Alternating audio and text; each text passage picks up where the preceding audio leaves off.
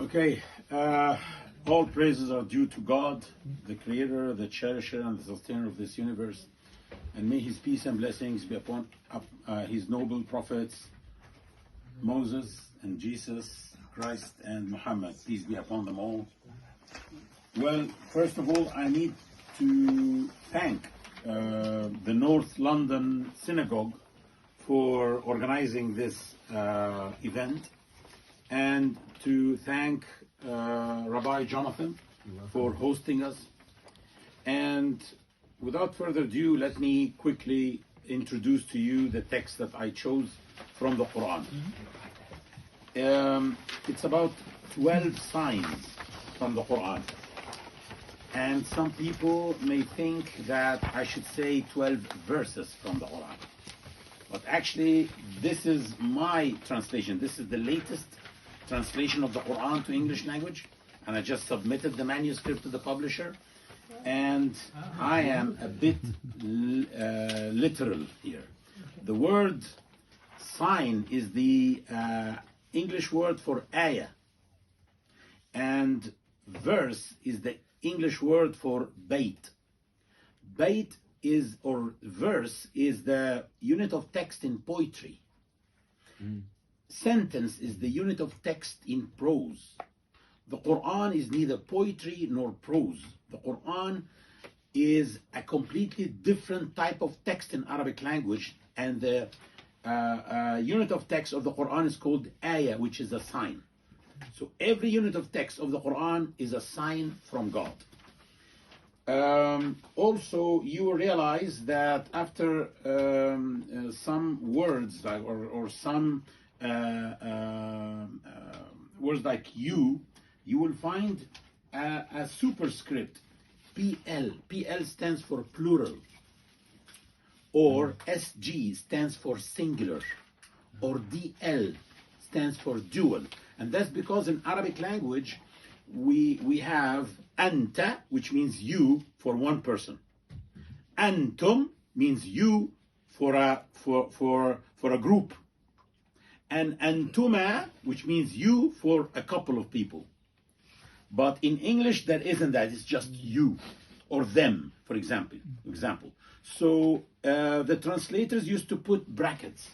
You, and between brackets, O Muhammad, which means that this you is singular. Or you, and between brackets, O mankind, which means that this you is plural. I'm not putting brackets in my translation because I don't want to force my understanding of the Quran on the reader. Rather, I just put DL, dual, or SG, singular, or PL, plural. And I leave you with the style of God, how He spoke. So this translation is not focusing on what God meant only, but rather on the style of God in speech. The Quran has so many stories, and all those stories are so important because we take lessons from them. But there's a single story in the Quran that is considered the most important story because it's not just about taking lessons. And this is the story of Adam. The story of Adam is the most important story of the Quran because it lays the foundation of the life of the human being. The story of Adam is my story and your story.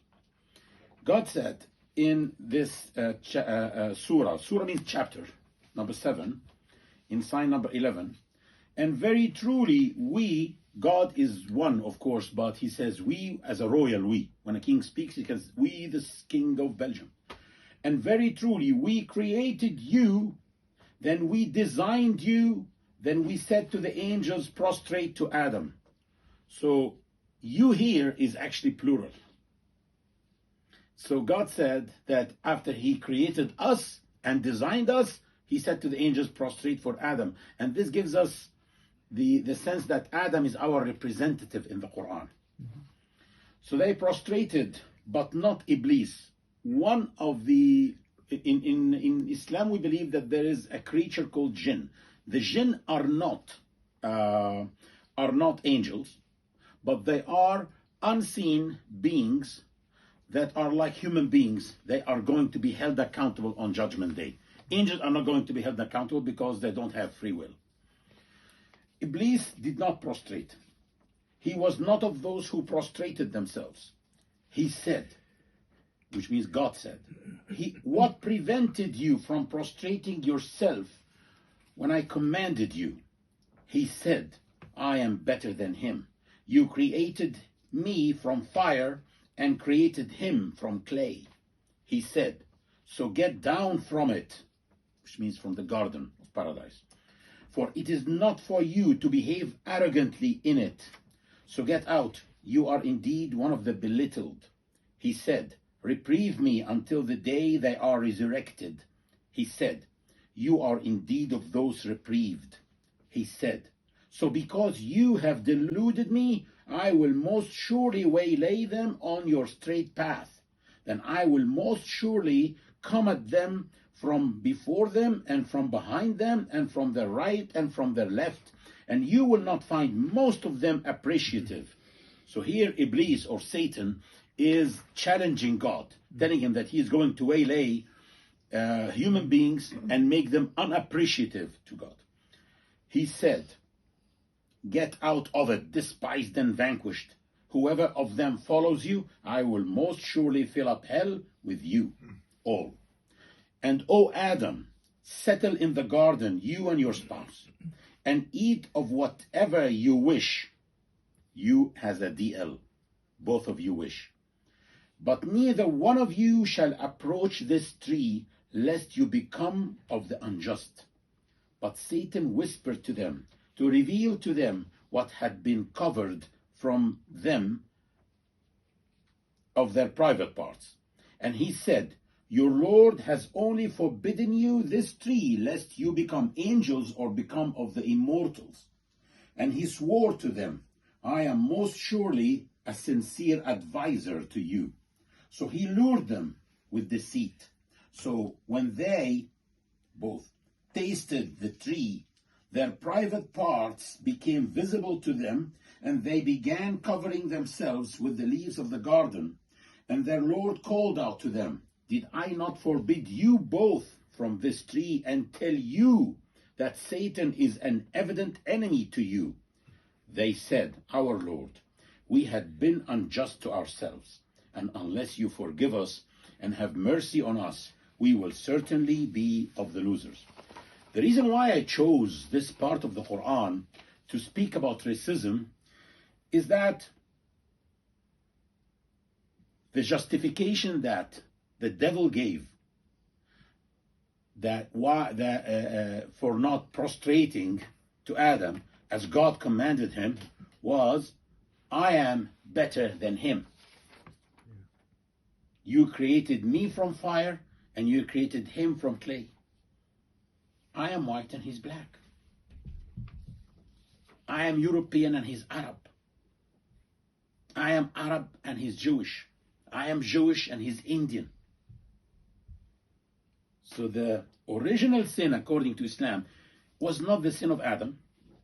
Because if we say original, it means the very first sin ever committed. Rather, it was the sin of the devil. And the sin was not a fruit that was eaten from a tree. This is another sin which is coming in the story, and you have seen it. But the very first one was racism. And God told him, get out from paradise, you cannot act arrogantly here. Which means there are no place for racists in paradise. And God said to him, I will fill up hell with you all. Those who will follow you, I will fill up hell with you all. Racists. So according to Islam, the original sin is racism. Racists have no place in paradise. But the story of Adam, that he and his wife ate from the tree, is still here. That's true. It happened. They ate from the tree, from the forbidden tree. So they broke the law of God. And that's a huge sin. But no sin is bigger than God's forgiveness. So all they needed to do is repent. Yeah. What is repentance? Repentance is here. Repentance is not asking forgiveness. They repented like that. In sign number 23, in the last two lines. They, DL, dual, they, both of them said, our Lord, we have been unjust to ourselves. And unless you forgive us and have mercy on us, we will certainly be of the losers. So before you ask forgiveness, you need to be self-critique. We have been unjust to ourselves. We are critique on everybody. We criticize our spouses, we criticize our neighbors, we criticize the government. But when did we criticize ourselves? So the very first lesson in the history of human beings is self-criticism. So they started by, oh our Lord, indeed, we have wronged ourselves. We have been unjust to ourselves. And then seek forgiveness. If you forgive us not, we are definitely losers. So, and this, if you want the roots of this in the Bible, you can find in 1 Timothy 3:6, Jesus is warning that if someone becomes deceited and arrogant, he will fall under the same judgment of the devil, which means that the devil committed arrogance here. Even in the Bible itself, it says that the devil committed arrogance. Of course, the devil was not arrogant because of his wealth, but because of what he was made of. And this makes this type of arrogance racism. I'm from fire, he's from clay.